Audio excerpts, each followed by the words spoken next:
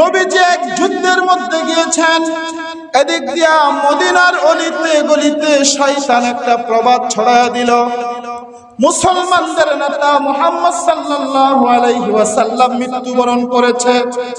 ও মুসলমান, এই কথা যখন মদিনায় শুনল, মদিনার মহিলারা আত্মহারা হয়ে গেল, ঘর থেকে বের হয়ে গেল।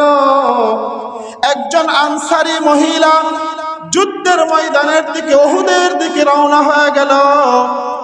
উহুদের দিকে যাইতে যাইতে সে পাগলপাড়া একজনের সঙ্গে দেখা হলো। ভাই বলো দেখি আমার প্রিয় নবীজির কি অবস্থা? সাহাবী ডাক দিয়া বলল, আনসারী মহিলা, অমুক জায়গায় তোমার ভাই শাহাদাত বরণ করেছে, তোমার ভাইয়ের লাশটা অমুক জায়গায় পড়ে আছে। মহিলা ডাক দিয়া বলল, ইন্না লিল্লাহি ওয়া ইন্না ইলাইহি রাজিউন। কোন আক্ষেপ